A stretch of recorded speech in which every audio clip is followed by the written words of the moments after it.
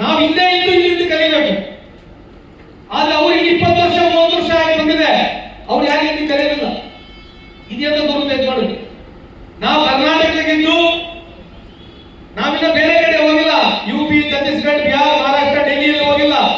ನಾವಿಲ್ಲಿದ್ದು ನಾವು ಒತ್ತಾಯಪೂರ್ವಕವಾಗಿ ಹಿಂದಿಗಳನ್ನ ಕಲಿಬೇಕು.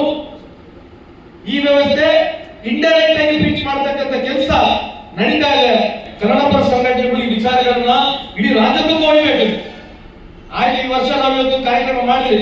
ಇದ್ರ ಬಗ್ಗೆ ನೆಕ್ಸ್ಟ್ ಇನ್ನೊಂದು ತಿಂಗಳ ಬಗ್ಗೆ ವಿಮರ್ಶೆ ಆಗಲಿ, ಚರ್ಚೆಗಳ ಬಗ್ಗೆ ಕನ್ನಡಪರ ಸಂಘಟನೆಗಳು ಸೋಷಿಯಲ್ ಇಶ್ಯೂಸ್ಗಳನ್ನ, ಸ್ಟೇಟ್ ಇಶ್ಯೂಸ್ಗಳನ್ನ, ನ್ಯಾಷನಲ್ ಇಶ್ಯೂಸ್ಗಳನ್ನ ತಗೊಂಡು ಚರ್ಚೆ ಕರೀಲಿ. ಯಾಕಂದ್ರೆ ಕನ್ನಡಪರ ಸಂಘಟನೆ ಹೋರಾಟಗಳು ಮನಸ್ಸು ಮಾಡಿದ್ರೆ, ಕನ್ನಡಿಗರು ವಿಶೇಷವಾಗಿ ಮನಸ್ಸು ಮಾಡಿದ್ರೆ ವಿಚಾರ ವಿಮರ್ಶೆ ಆಗ್ತಕ್ಕಂಥ ವೇದಿಕೆಗಳು ಆಗಬೇಕು.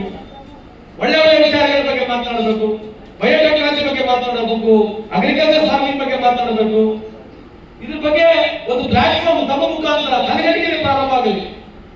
ಅದೇನು ಕಾರ್ಯಕ್ರಮ ಬೇಕು ಆ ಕಾರ್ಯಕ್ರಮದಲ್ಲಿ ನಾನು ಸಕ್ರಿಯವಾಗಿ ಭಾಗಿಸ್ತೀನಿ. ಎಲ್ಲೋ ಒಂದಾಗಲಿ ವಿಮರ್ಶೆ ಆಗಲಿ, ಚರ್ಚೆ ಆಗಲಿ, ಎಲ್ಲ ಭಾಷೆ ಬಗ್ಗೆ ಚರ್ಚೆ ಆಗಬೇಕು. ಬೇರೆ ಭಾಷೆಗೂ ಗೌರವ ಕೊಡಬೇಕು, ನಮ್ಮ ಭಾಷೆ ನಮ್ಮ ಸಂಸ್ಕೃತಿಯನ್ನು ಉಳಿಸ್ಕೋಬೇಕು ಅಂತ ಒಂದು ವಿಚಾರವನ್ನ ವಿಮರ್ಶೆ ಆಗಲಿ ಅಂತ ಈ ಸಂದರ್ಭದಲ್ಲಿ ಹೇಳಿ, ನಾನು ತಡವಾಗಿ ಬಂದಿದ್ದೆ, ತಮ್ಮೆಲ್ಲ ಕ್ಷಮೆ ಅಂತ ಈ ಸಂದರ್ಭದಲ್ಲಿ ಹೇಳಿ, ಮತ್ತೆ ನಮ್ಮ ಅಧ್ಯಕ್ಷರಾಗಿರ್ತಕ್ಕಂಥ ರಮೇಶ್ ಬಹಳ ಅತ್ಯಂತ ಪ್ರೀತಿಯಿಂದ ವಿಶೇಷವಾಗಿ ನಮ್ಮ ಕಲಗಟ್ಟಿಯಲ್ಲಿ ಈ ಅಚ್ಚುಕಟ್ಟಾಗಿ ಕಾರ್ಯಕ್ರಮವನ್ನು ಮಾಡಿದ್ದಾರೆ. ಅದಕ್ಕೆ ನಾವೆಲ್ಲ ಮಾನ್ಯರು ಎಲ್ಲರೂ ಬಂದಿದ್ದೀರಿ. ಈ ಕಾರ್ಯಕ್ರಮವನ್ನು ಯಶಸ್ವಿ ಮಾಡಿಕೊಡೋದಕ್ಕೆ ತಮ್ಮೆಲ್ಲರಿಗೆ ಅಭಿನಂದಿಸಿ ನನ್ನ ಮಾತನ್ನು ಮುಗಿಸ್ತೀನಿ. ಜೈ ಜೈ ಕರ್ನಾಟಕ.